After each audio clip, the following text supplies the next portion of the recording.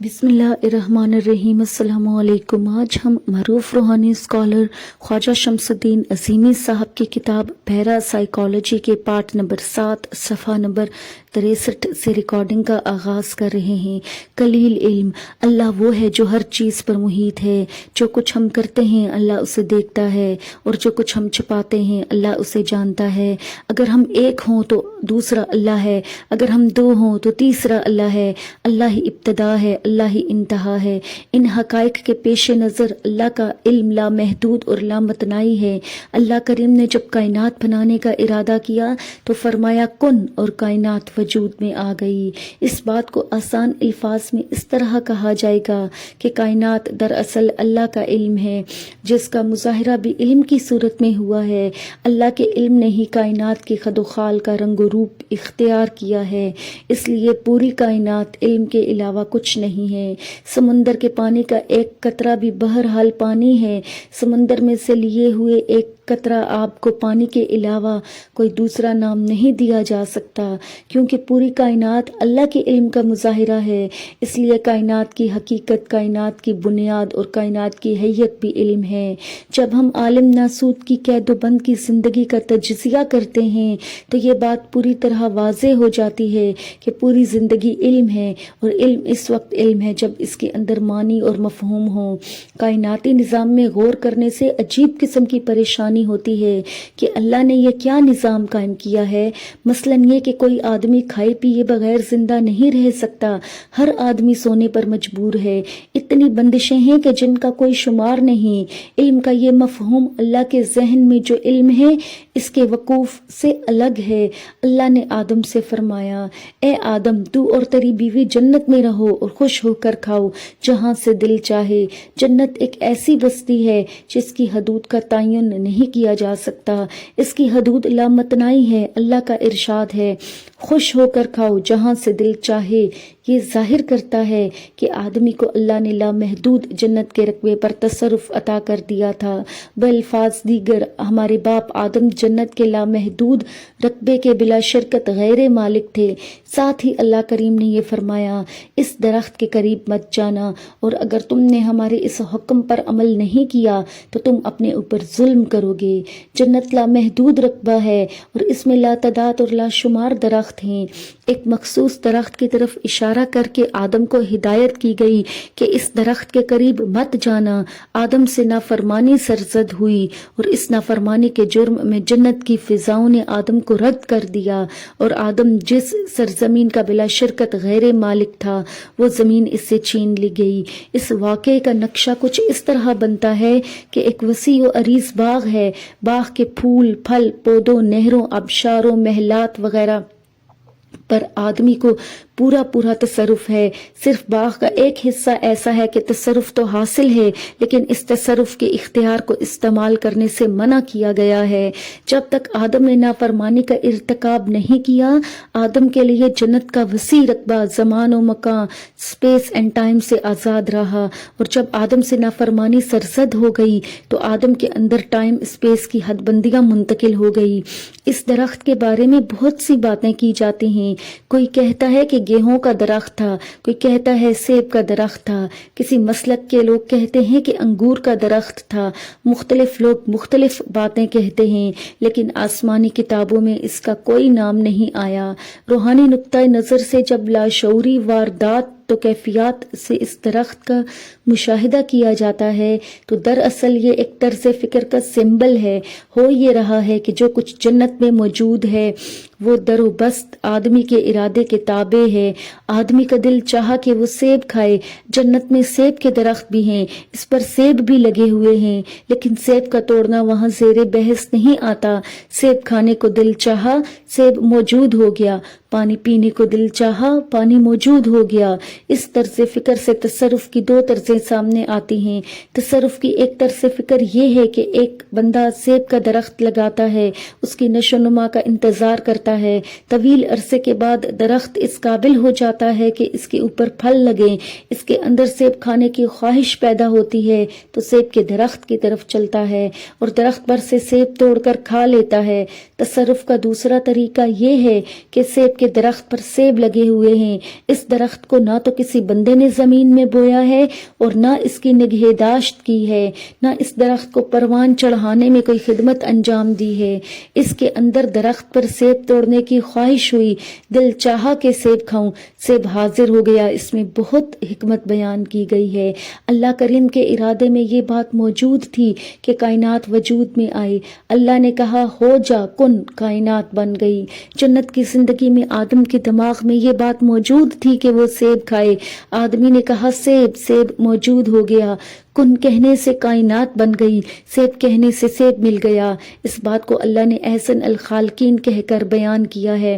میں تخلیق کرنے والوں میں بہترین خالق ہوں، یعنی اللہ نے اپنے علاوہ بھی اپنی مخلوق کو تخلیق کرنے کے اختیارات سے نوازا ہے۔ انسانی تخلیق اور اللہ کی تخلیق میں حد فاضل یہ ہے کہ اللہ وسائل کے بغیر تخلیق فرماتا ہے۔ اللہ کے ذہن میں جو کچھ تھا اس کے بارے میں اللہ نے کن کہہ کر ان تمام چیزوں کو جو اللہ ظاہر فرمانا چاہتا تھا تخلیق کر دیا۔ آدم کے اندر جو تخلیقی صلاحیتیں کام کرتی ہیں وہ وسائل کی محتاج ہیں۔ جب کوئی بندہ ان تخلیقی صلاحیتوں کو ٹائم اسپیس کی حد بندیوں سے آزاد ہو کر استعمال کرتا ہے وہ روحانی زندگی میں رہتا ہے، اور جب کوئی بندہ ان تخلیقی صلاحیتوں کو وسائل کے اندر ٹائم اسپیس بند ہو کر استعمال کرتا ہے مادی زندگی گزارتا ہے۔ محتاج اور پابند زندگی جہالت اور ظلم کی زندگی ہے۔ جس طرح دانائی، عقل و شعور ایک درخت کی طرح پھلتا پھولتا ہے، اسی طرح علم کے اندر طرح طرح کی شاخیں پھوٹتی ہیں، نئے نئے فلسفوں کی داغ بیل پڑتی ہے، نئی نئی ایجادات ہوتی ہیں۔ بالکل اسی طرح ظلم و جہالت کے درخت پر بھی پھول، پتے اور شاخیں ہوتی ہیں، لیکن چونکہ بنیاد ظلم اور جہالت ہے اس لیے آدمی ان ساری ایجادات اور ساری ترقی سے خوش ہونے کے بجائے ناخوش ہوتا ہے، پرسکون ہونے کی بجائے بے سکون ہوتا ہے، مطمئن ہونے کے بجائے غیر مطمئن زندگی گزارتا ہے۔ جب ہم موجودہ سائنسی ترقی پر نظر ڈالتے ہیں تو ہمیں اس ترقی میں وہ تمام چیزیں ملتی ہیں جن کو اللہ نے ظلم و جہالت کے نام سے بیان فرمایا ہے۔ آج کی ترقی پوری نوع انسانی کے لیے ایک عذاب بن گئی ہے۔ ہر شخص غیر مطمئن اور بے سکون ہے۔ دنیا کے اس کونے سے اس کونے تک عدم تحفظ کا اسدحہ منہ کھولے پوری نوع انسانی کو نگلنے کے لیے بے قرار ہے۔ حالانکہ جہاں تک ترقی کا معاملہ ہے یہ ساری ترقیاں، یہ ساری ایجادات، یہ ساری تخلیقات اس خیال کے تحت وجود میں آئی کہ نوع انسانی کو سکون ملے گا، لیکن چونکہ یہ تمام ترقیاں اور نئی نئی ایجادات ٹائم اسپیس میں بند ہو کر وجود میں آئی ہیں اس لیے آدمی بدحال اور پریشان ہے۔ ٹائم اسپیس سے آزاد روحانی انسانی فطرت کی پیروی کرتا ہے، اور جب ہم فطرت پر غور کرتے ہیں تو ہمیں نظر آتا ہے کہ زمین پر موجود وسائل خلوص اور اعتبار پر قائم ہیں، اس کے پیچھے کوئی ذاتی غرض اور صلہ کی خواہش نہیں ہے۔ سورج روز نکلتا ہے، دھوپ سے مخلوق کو فائدہ پہنچتا ہے، پانی مخلوق کے اندر سیرابی کا ذریعہ بنتا ہے، لیکن پانی کو مخلوق سے کسی صلہ و ستائش کی غرض نہیں ہے۔ یہی حال ہوا، آکسیجن، نباتات، جمادات اور گیس کا بھی ہے۔ سائنسی ایجادات نوع انسانی کے لیے عذاب اس لیے بن گئی ہیں کیونکہ اللہ کے پیدا کردہ وسائل سے بنائی گئی اشیاء میں انسان کا پست ذہن دولت پرستی شامل ہو گیا ہے۔ کائناتی خدوخال، کائنات اور کائنات میں موجود تخلیقات اور تخلیقات میں تمام نوعیں اور ہر نوع میں الگ الگ افراد، پیدائش کا تسلسل اور موت کا وارد ہونا، اور سماوات، سورج، چاند، ستارے، کہکشانی نظام، جنت، دوزخ اور دوزخ جنت کے اندر زندگی گزارنے کے حواس اور تقاضے، حواس میں رد و بدل اور رد و بدل کے ساتھ حواس میں کمی و بیشی، ذہنی رفتار کا گھٹنا یا بڑھنا، حواس کا الگ ہونا، سننا، دیکھنا، چھونا، چکھنا، محسوس کرنا، جسمانی نظام کا الٹ پلٹ ہونا، جذبات میں اشتعال پیدا ہونا، کسی بندے یا کسی ذی روح کا نرم خو ہونا، یہ سب چیزیں اللہ کے ذہن میں موجود علم کا عکس ہیں۔ کائنات میں موجود کوئی شے اس کی حیثیت کسی بڑے سے بڑے سیارے کی ہو یا کسی چھوٹے سے چھوٹے ذرے کی ہو، سٹار کی ہو، ایٹم کی ہو، وائرس کی ہو، شے کی موجودگی اللہ کریم کے ذہن میں موجود تھی۔ جب اللہ نے خوبصورت دنیا کو مظہر بنانا چاہا تو کہا ہو جا، اور تمام چیزیں وجود میں آ گئی۔ تخلیقات کا کنبہ اتنا وسیع ہے کہ اللہ نے خود کہا ہے کہ سارے سمندر روشنائی بن جائیں اور سارے درخت قلم بن جائیں، پھر بھی اللہ کی باتیں پوری نہیں ہوں گی۔ کائنات کیوں بنائی گئی اور یہ ساری تخلیقات کیوں عمل میں آئی؟ جنت دوزخ کے دو الگ الگ گروہ کیوں بنے؟ غیب کی دنیا کے عجائبات سے ظاہر دنیا کے بے شمار عجائبات کس طرح تخلیق ہوئے، اس کی وجہ خود اللہ نے بیان کی ہے۔ میں چھپا ہوا خزانہ تھا، میں نے چاہا کہ کائنات تخلیق کروں تاکہ کائنات کے افراد مجھے پہچان لیں۔ اس حدیث قدسی میں تفکر کرنے سے یہ بات واضح طور پر سامنے آ جاتی ہے کہ کائنات کی تخلیق کا منشا یہ ہے کہ خالق کائنات چاہتا ہے کہ اسے پہچانا جائے۔ پہچاننے کے لیے ضروری ہے کہ تمام مخلوقات میں سے کسی ایک مخلوق کا انتخاب کر کے دوسری مخلوقات کے مقابلے میں اسے زیادہ علم دیا جائے، علم کے اندر مفہوم اور معنویت تلاش کرنے کی صلاحیت بھی عطا کی جائے۔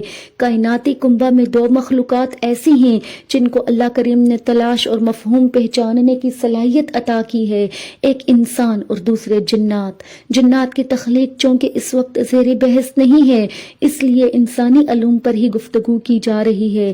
کائنات اللہ کریم کا وہ علم ہے جو اللہ کے ذہن میں موجود تھا، یعنی اللہ اس بات سے واقف تھا کہ کائنات کے تخلیقی خد و خال کیا ہیں۔ اپنے علم کے مطابق اللہ نے تخلیقی خد و خال کو اپنے حکم اور ارادے سے شکل و صورت بخش دی، یعنی اللہ کا ذاتی اور مخصوص علم شکل و صورت بن کر وجود میں آ گیا۔ اللہ کریم نے آدم کو اپنی صفت اور اسماء کا علم عطا کیا ہے۔ اسماء سے مراد اللہ کی صفات اور کائنات کے خد و خال ہیں۔ یہ ایک ایسا علم ہے جسے فرشتے بھی نہیں جانتے۔ جب یہ علم آدم نے سیکھ لیا تو فرشتوں کو آدم کے سامنے جھکنا پڑا۔ آدم کو اللہ کریم نے یہ بتا دیا کہ کائنات میرے ذاتی علم کا ایک حصہ ہے، اور اس علم میں معنی اور مفہوم کے ساتھ بے شمار فارمولے ہیں جن فارمولوں سے ساری کائنات تخلیق کی گئی ہے۔ آدم کو کائناتی تخلیق کے فارمولے سکھانے کے بعد جنت میں بھیج دیا گیا۔ جنت میں آدم کی پوزیشن ایک ایسے سائنسدان کی ہے جو کائنات کے تخلیقی فارمولوں کا علم رکھتا ہے۔ ان فارمولوں میں بنیادی نقطہ یہ ہے کہ ساری کائنات ایک علم ہے اور آدم اس علم میں معنی اور مفہوم کے ساتھ تصرف کرنے کا اختیار رکھتا ہے۔ روشنی، اللہ کریم احسن الخالقین ہیں۔ خالقین کا لفظ ہمیں بتاتا ہے کہ اللہ کے علاوہ اور بھی تخلیق کرنے والے ہیں، لیکن مخلوق مزید تخلیقات کے معاملے میں وسائل کی پابند اور محتاج ہے۔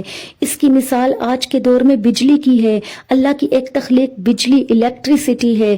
جب بندوں نے اس تخلیق سے دوسری ذیلی تخلیقات کو متحرک کرنا چاہا تو لاکھوں ہزاروں چیزیں وجود میں آ گئیں۔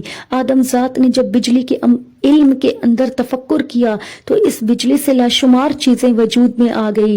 بجلی سے بنی ہوئی یا بجلی سے چلنے والی مشینوں سے جتنی چیزیں وجود میں آئی وہ انسان کی تخلیق ہیں، مثلا ریڈیو، ٹی وی اور دوسری بے شمار چیزیں۔ اللہ کریم کی اس تخلیق الیکٹریسٹی، بجلی سے، جو دوسری ذیلی تخلیقات کا مظہر بنا، ابن آدم کا بجلی کے اندر تصرف ہے۔ یہ وہی علم ہے جو اللہ نے آدم کو سکھا دیا ہے۔ اس ماں سے مراد یہ ہے کہ اللہ نے آدم کو ایک ایسا علم سکھا دیا کہ جو تخلیقی فارمولوں سے مرکب ہے۔ کوئی انسان جب اس علم کو حاصل کر لیتا ہے تو نئی نئی چیزیں بن جاتی ہیں۔ وسائل کی حدود سے گزر کر یا وسائل کے علوم سے آگے بڑھ کر جب کوئی بندہ روشنیوں کے علم سے دھات لوہے میں تصرف کرتا ہے تو بڑی بڑی مشین، کل پرزے، جہاز، ریل گاڑیاں خطرناک اور بڑے بڑے بم بن جاتے ہیں۔ تصوف میں اس عمل کو ماہیت قلب کہا جاتا ہے۔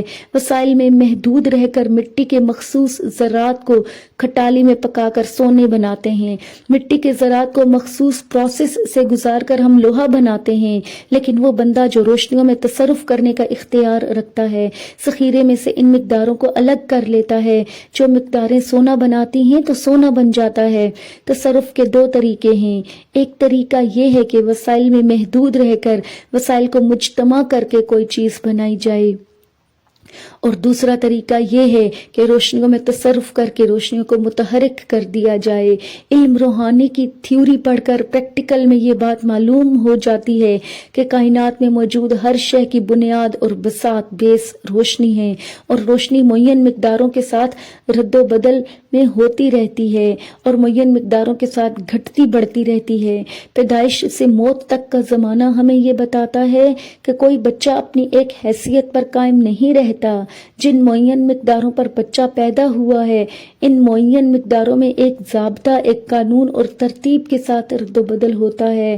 جس طرح مقداروں میں رد و بدل ہوتا ہے، اسی مناسبت سے بچہ بھی بدلتا رہتا ہے۔ آدمی کا بچہ جوان یا بوڑھا ہو، بہر صورت آدم رہتا ہے۔ اس کی شکل و صورت اور خد و خال میں تو تبدیلی ہوتی رہتی ہے، لیکن شکل و صورت برقرار رہتی ہے۔ اللہ نے کائنات کو مختلف نوعوں میں تقسیم کیا ہے۔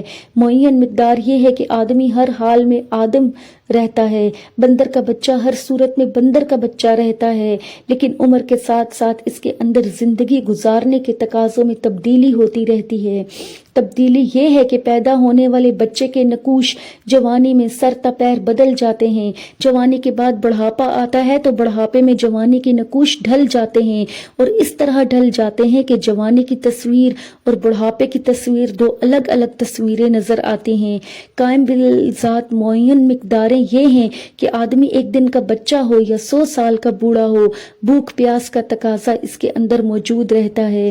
عجیب رمز یہ ہے کہ 2 سال کا بچہ بھی پانی پیتا ہے، 2 سال کا بچہ غذا کھاتا ہے، 100 سال کا بوڑھا آدمی بھی پانی پیتا ہے، 100 سال کا بوڑھا بھی روٹی کھاتا ہے، لیکن 100 سال کا بوڑھا 2 سال کا بچہ نہیں ہوتا، اور 2 سال کا بچہ 100 سال کا بوڑھا نہیں ہوتا۔ روحانی علوم ہمارے اوپر یہ بات واضح کرتے ہیں کہ باوجود اس کے تقاضے بڑھاپے اور بچپن کے یکساں ہیں، شکل و صورت اور خد و خال کیوں تبدیل ہو جاتے ہیں؟ شکل و صورت اور خد و خال کے رد و بدل میں کون سے علوم کام کر رہے ہیں؟ ان علوم سے روشناس ہونے کے لیے ضروری ہے کہ ہم ان روشنیوں کا علم حاصل کریں جن روشنیوں کو اللہ کریم نے اپنی صفات کہا ہے۔ ذات و صفات، صفات سے کسی چیز کا ادراک تو کیا جا سکتا ہے، لیکن ذات کی حقیقت تک نہیں پہنچا جا سکتا۔ عام زندگی میں اس کی مثال یہ ہے کہ ایک شخص کا نام الف ہے۔ الف کی صفات یہ ہیں کہ وہ بہت نرم دل ہے، بہت سخی ہے، رحم کرنے والا ہے، دوسروں کی تکلیف کو اپنی تکلیف سمجھتا ہے۔ اس کے برعکس دوسرا شخص بے ہے، اس کے اندر سختی ہے، شکاوت ہے، وہ خود کو دوسروں سے برتر سمجھتا ہے، مہربان ہونے کی بجائے لوگوں کو پریشان کرتا ہے، لوگوں کے دکھ درد اور مصائب میں اضافے کا باعث بنتا ہے۔ الف کی صفات زیر بحث آئیں یا بے کی عادات و خصائل سامنے آئیں، ان سے الف اور بے کے تشخص کی نشاندہی تو ہوتی ہے، لیکن فی الواقع الف کیا ہے اور بے کیا ہے، اس کے بارے میں ہم کوئی حتمی فیصلہ نہیں کر سکتے۔ ہو سکتا ہے کہ آج کا وہ الف جو نرم خو اور نرم دل ہے کل سخت گیر ہو جائے، یہ بھی ممکن ہے کہ آج کا بے اپنی عادات و خصائل کے اعتبار سے جو کچھ ہے کل اس کے اندر تبدیلی واقع ہو جائے، اور وہ لوگوں کو پریشان کرنے کی بجائے لوگوں کے دکھ درد کو دور کرنے میں مثالی کردار ادا کرے۔ عادات و خصائل اور صفات کو سامنے رکھ کر کسی فرد کی شخصیت کا ایک حیولہ تو قائم کیا جا سکتا ہے، لیکن فی الواقع وہ اپنی صفات کے اعتبار سے کیا ہے اس کے بارے میں یقینی بات نہیں کی جا سکتی، اس لیے کہ صفات میں رد و بدل ہوتا رہتا ہے لیکن ذات میں رد و بدل نہیں ہوتا۔ آج الف اگر نرم دل ہے اور آنے والے کل میں وہ سخت گیر ہو جائے تو یہ دراصل اس کی صفات میں تبدیلی ہے، لیکن الف جب نرم دل تھا تو تب بھی الف تھا، اور جب وہ سخت گیر ہوا تب بھی الف تھا۔ قانون جاننے اور پہچاننے کی طرز متعین ہے، ایک یہ کہ کسی شے کو اس کی صفات سے پہچانا جاتا ہے، اور دوسری طرز یہ ہے کہ کسی شے کو اس کی ذات سے پہچانا جائے۔ مثال، ہمارے سامنے لوہے کا ایک ٹکڑا ہے، جب ہم لوہے کی صفات کا تذکرہ کرتے ہیں تو دراصل ہمارے سامنے لوہے کی صفات سے مرکب بہت سی اشیاء آ جاتی ہیں۔ لوہے سے ایک چھری بھی بنتی ہے، اور لوہے سے وہ پٹڑی بھی بنتی ہے جس پر ریل چلتی ہے۔ لوہے کی صفات کا ایک عکس چھری بھی اپنے اوصاف پر قائم ہے۔ اس چھری سے پھل کی کاشی بنتی ہیں۔ یہ چھری دوسرے مفید اور تعمیری کاموں میں بھی کام آتی ہے اور اس چھری سے کسی کا پیٹ بھی چیرا جا سکتا ہے۔ پانی کا ایک وصف یہ ہے کہ وہ پیاس بجھاتا ہے، اور پانی کا ایک وصف یہ بھی ہے کہ اس کے ذریعے بجلی جیسی انرجی وجود میں آ رہی ہے۔ پانی کے ذریعے بجلی حاصل کرنا دراصل پانی کا ایک وصف ہے، لیکن ابھی ہمارے اوپر یہ بات منکشف نہیں ہوئی کہ فی الواقع پانی کیا چیز ہے۔ سائنسدان جن اجزاء کو پانی کا مرکب تسلیم کرتے ہیں یا جن اجزاء سے پانی بنتا ہے، ان اجزاء کو اکٹھا کرنے کے بعد پانی تو بن جاتا ہے، لیکن بہرحال اسے قدرتی پانی قرار نہیں دیا جا سکتا۔ کسی چیز کا وصف تلاش کر لینا تو انسانی علوم اور انسانی عقل و شعور میں آ سکتا ہے، لیکن اسے معلوم کر لینا انسانی شعور اور لاشعور کی سکت سے باہر ہے۔ پانی فی الواقع کیا ہے، کن حقیقی اجزاء ترکیبی سے مرکب ہے، اس بات کا انکشاف ان لوگوں پر ہوتا ہے جو اللہ تعالیٰ کے نائب اور حضور صلی اللہ علیہ وآلہ وسلم کے روحانی وارث ہیں۔ ہم کوئی چیز ایجاد کرتے ہیں تو اربوں خربوں روپیہ خرچ کر ڈالتے ہیں، فائدہ کم اور نقصان زیادہ ہوتا ہے۔ ایجادات میں تعمیر و ترقی توازن سے ہم آہنگ نہیں ہوتی۔ موجودہ دور میں سائنس کی مہیر العقول نئی ایجادات نے عجیب فسوکاری کی ہے۔ کہنے میں یہی آتا ہے کہ سائنس ترقی کی طرف گامزن ہے۔ انسان نے علم میں کمال حاصل کر لیا ہے، ٹائم اسپیس کی حد بندیوں کو جو صدیوں سے رائج تھی توڑ دیا ہے، لیکن حقیقت یہ ہے کہ جو ایجادات ہمارے سامنے آئی ہیں ان اشیاء سے تعلق رکھتی ہیں جو اشیاء پہلے سے زمین پر موجود ہیں۔ ان ایجادات کا پورا فائدہ ہمیں اس لیے نہیں پہنچا کہ ہمارا علم محدود ہے۔ صفات کے بعد شے کی اہمیت اور شے کی اہمیت کیا ہے، اس طرف ہم نے توجہ نہیں دی۔ کوئی روحانی انسان محض صفات کی بھول بلیوں میں گرفتار نہیں ہوتا، وہ صفات کو روشنی یا میڈیم بنا کر ہمیشہ اس ذات کا متلاشی رہتا ہے جس ذات مطلق میں طاقت کے ذخیرے موجود ہیں۔ ماورائی اسباق میں یہ بات بہت زیادہ توجہ کے ساتھ شاگردوں کو بتائی جاتی ہے کہ صفات دراصل کسی ذات کا عکس ہوتی ہے اور عکس ماضی ہوتا ہے۔ آسمانی کتابوں میں جہاں جہاں صفات کا تذکرہ آیا ہے وہاں اللہ نے صفات کو اپنی نشانیاں قرار دیا ہے تاکہ ان نشانیوں میں غور و فکر کرے اور ذہن گہرائی میں استعمال کر کے ذات کا کھوج لگائے۔ صفات کو تلاش کرنے کی بہت ساری راہیں مختلف اوقات میں متعین کی گئی ہیں۔ یہ صحیح ہے کہ ان راہوں کو مذہبی معاونت سپورٹ حاصل ہے، لیکن کسی مذہبی کتاب میں یہ بات نہیں کہی گئی کہ مقصود منتہا صفات کا حصول ہے۔ ان متعین راستوں میں سب سے پہلی اور بنیادی بات ارتکاز توجہ ہے، یعنی جو علم آدمی حاصل کرنا چاہتا ہے اس علم کے حصول کے لیے دوسرے علوم سے قطع نظر ایک نقطہ متعین کر کے اس نقطے میں تفکر کیا جائے اور اس نقطے کے اندر فہم و ادراک کی ساری صلاحیتیں مرکوز کر دی جائیں۔ ارتکاز توجہ کے لیے بہت سے طریقے ایجاد ہوئے۔ ان طریقوں میں یوگا، سائنس کی مشقیں، پاس انفاس، ہیپناٹزم، مسمرزم، ٹیلی پیتھی، لمس مراقبہ وغیرہ شامل ہیں۔ ہم جب ان مشقوں کی افادیت پر غور کرتے ہیں تو ہم اس نتیجہ پر پہنچتے ہیں کہ آدمی صفات سے ہٹ کر ذہن کے اندر انر میں ایسی تصویر کشی کرنا چاہتا ہے یا اپنے اندر اس ادراک کو حرکت دینا چاہتا ہے جو ادراک صفات سے ہٹ کر ذات کا مشاہدہ کرتا ہے۔ قوت متخیلہ ایک، آدم جب سے زمین پر آباد ہے اس علم سے واقف ہوتا رہا کہ زمین کے اندر ایسی مخفی طاقتیں موجود ہیں جن سے زندگی کے لیے وسائل فراہم ہوتے ہیں۔ ہم دیکھتے ہیں کہ زمین کے اندر کوئی بیج ڈالا جاتا ہے تو بیج کی اپنی مخفی طاقت اور زمین کے اندر اپنی مخفی طاقت مل کر ایک دوسرے سے ضرب ہوتی ہے اور نتیجہ میں تیسری چیز کا وجود پے کر ہمارے سامنے آ جاتا ہے۔ سائنسی نقطہ نظر سے اس بات کو اس طرح کہا جا سکتا ہے کہ بیج کے اندر مخفی قوت یا انرجی زمین کی مخفی قوت یا انرجی سے مل کر جب اپنا مظاہرہ کرتی ہے تو نتیجے میں کوئی پودا نمودار ہوتا ہے اور پھر وہ پودا بڑھ کر تناور درخت بن جاتا ہے اور اس درخت میں پھل اور پھول لگتے ہیں۔ لیکن بیج کے اندر مخفی طاقت کی اہمیت کیا ہے اور زمین کے اندر مخفی طاقت کی اہمیت کیا ہے، یہ بات ابھی تک سائنسدانوں کے سامنے نہیں آئی۔ اگر ہم اس اہم مسئلے کو سمجھنے کی کوشش کریں تو آسان الفاظ میں یوں کہا جائے گا کہ بیج ایک تشخص ہے اور بیج کے اندر اس کی صفات وہ درخت ہے جو بیج کی نشو نما پانے کے بعد ظاہر ہوتا ہے۔ بیج کا دوسرا وصف یہ ہے کہ بیج اپنی صفت کا مظاہرہ کرتا ہے، یعنی پھول بنتا ہے تو اس کے اندر بھی بیج ہوتے ہیں۔ بیج اپنی صفات کا مظاہرہ کرتا ہے اور صفت کو پتوں کے روپ میں ظاہر کرتا ہے۔ ہمارے پاس کوئی طریقہ ایسا موجود نہیں کہ تمام پتوں کو شمار کر سکیں۔ انسانی عقل اتنی محدود ہے کہ وہ ایک بیج کے پھیلاؤ کا احاطہ نہیں کر سکتی۔ روحانی انسان جب بیج کا تجزیہ کرتا ہے اور انر میں موجود روشنی سے بیج کے اندر تفکر کرتا ہے تو کہتا ہے کہ بیج ایک صفاتی مظہر ہے۔ ہم جب عقل و شعور کے اعتبار سے چھوٹے سے بیج کی صفات کا احاطہ نہیں کر سکتے تو ہمیں بالآخر تسلیم کرنا پڑتا ہے کہ اللہ کی صفات کو سمجھنا محدود عقل و شعور سے معاورہ ہے، کیونکہ کسی چیز کی اہمیت کو سمجھنے کے لیے عقل و شعور بے بس ہے۔ اس لیے ہمیں ایسے طریقے اختیار کرنا پڑیں گے جو طریقے ہمیں عقل و شعور سے باہر کی دنیا میں لے جائیں اور عقل و شعور سے باہر کی دنیا سے ہمیں روشناس کرائیں۔ ارتکاز، توجہ یا مراقبہ ان طریقوں میں سے پہلا طریقہ ہے۔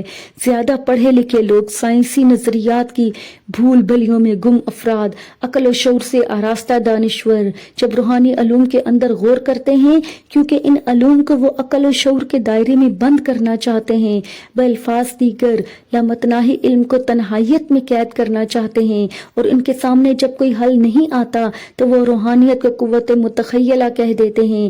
روحانیت کو قوت متخیلہ کہہ کر گزر جانے کے بعد تحقیق تلاش کے دروازے اپنے اوپر بند کر لیتے ہیں۔ جہاں تک قوت متخیلہ کا تعلق ہے، خیال کی قوت سے کسی چیز کو باہر نہیں کہا جا سکتا۔ زندگی کے سارے اعمال و اشغال قوت متخیلہ کے اوپر قائم ہیں۔ دانشور یہ تو کہتے ہیں کہ روحانیت قوت متخیلہ کا مرکب ہے، لیکن وہ یہ نہیں بتاتے کہ قوت متخیلہ کیا ہے۔ جتنی کچھ ترقیاں سامنے آ چکی ہیں اور جتنی کچھ ترقیاں ہمارے سامنے آئیں گی، ان سب میں ایک ربط قائم کیا جائے تو ایک ہی بات کہی جائے گی کہ یہ سب قوت متخیلہ ہے۔ سائنسدان کے دماغ میں یہ خیال وارد ہوا کہ ایسا ہتھیار ایجاد کرنا چاہیے کہ جس سے بیک وقت لاکھوں جانیں موت کے گھاٹ اتر جائیں۔ دوسرے سائنسدان کے دماغ میں یہ خیال وارد ہوا کہ کوئی ایسا آلہ ایجاد کر لے جو آوازوں کو پکڑ لے۔ تیسرے سائنسدان کے ذہن میں یہ خیال وارد ہوا کہ ایسی اسکرین بنانی چاہیے جس اسکرین پر دنیا کے ایک کونے سے دوسرے کونے پر تصویر منعکس ہو جائے۔ یہ سب ایجادات کسی ایک بندے کے ذہن سے شروع ہوئی۔ اس خیال پر ذہنی استعداد کو مسلسل اور متواتر مرکوز کیا گیا تو نئی نئی ایجادات وجود میں آتی رہی۔ سوال یہ ہے کہ اگر سائنسدان کی تحقیق و تلاش کے نتیجے میں کوئی ایک ایجاد اس ایک سائنسدان تک محدود رہ جاتی اور دوسرے بے شمار سائنسدان اپنی خیالی قوت کو اس ایجاد پر استعمال نہ کرتے تو ایجاد کس طرح وجود میں آتی؟ یہ کہنا کہ روحانیت قوت متخیلہ ہے بڑی جہالت اور کم عقلی ہے۔ روحانیت میں خیال ایسی اطلاع کو کہا جاتا ہے جو اطلاع مسلسل اور متواتر کسی ایک نقطے پر مرکوز ہو جائے۔ جب کوئی اطلاع یا خیال کسی ایک نقطہ پر مرکوز ہو جائے تو بالآخر وہ چیز جو خیال میں موجود ہے مظہر بن جاتی ہے اور یہ مظہر اپنی صفات کے ساتھ آنکھوں کے سامنے آ جاتا ہے۔ روحانی انسان جب برگد کے درخت کا تذکرہ کرتا ہے تو کہتا ہے کہ بیج نے اپنی صفات کے مظاہرے کے لیے اپنے خیال کو ایک نقطے پر مرکوز کر دیا، اور بیج کا خیال جب ایک نقطے پر مرکوز ہو گیا تو اس کی صفات کا مظاہرہ شروع ہو گیا، اور یہ مظاہرہ ایک بہت بڑے درخت کی شکل میں زمین کے اوپر نمودار ہو گیا۔ قانون صفات دراصل آدمی کے اندر اطلاعات کا ایک ذخیرہ ہے۔ ان اطلاعات میں سے چند ایک یا پوری اطلاعات کو جب انسان اپنے خیال کی طاقت سے ایک نقطہ پر مرکوز کر دیتا ہے تو خیال کے اندر لامتناہی اطلاعات میں ابال آ جاتا ہے اور آنکھوں کے سامنے مظاہر آنے لگتے ہیں۔ اس ہی بات کو روحانی استاد خیالات کو ایک نقطے پر مرکوز ہونا کہتے ہیں اور انر کا کھوج لگانے والے دانشور مراقبہ کہتے ہیں۔ اب صفحہ نمبر 73 پر اختتام ہوا چاہتا ہے۔